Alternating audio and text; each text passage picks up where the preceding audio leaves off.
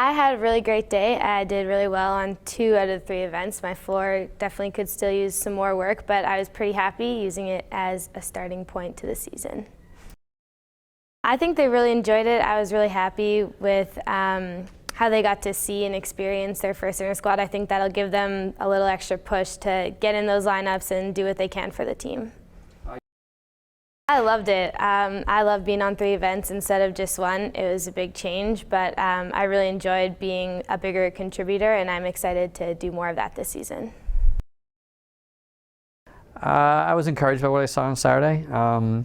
We were kind of thrust into a position where a couple of girls were out for the weekend, so that put other girls in the opportunity to have to do more events. And we got a couple of really good performances, notably Natalie ended up doing 3 events. 2 out of 3 of her routines were really strong. Kirsten, another person who didn't ended up doing a lot for us last year, was on multiple events. She did a really nice floor routine.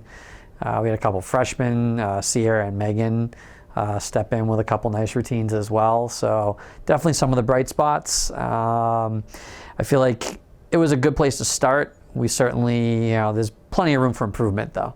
I mean, it's still a little early in the year, but we definitely need to work on a couple of areas. Our depth on floor is a little off right now, and we certainly need a couple more people to step up on that event, and just in general, just execute a little bit stronger. We had several routines that, were okay hits, but certainly the execution wasn't there. And if we're going to be successful this year, we're going to need some stronger execution across the board.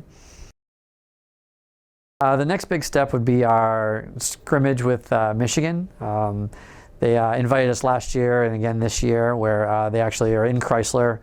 It's full meet setup, judges, the whole deal, which really, I think, really helped prepare us last year, and I think in the future, as long as they keep inviting us, will be great for us, because the inter-squads in the gym are such an informal setting.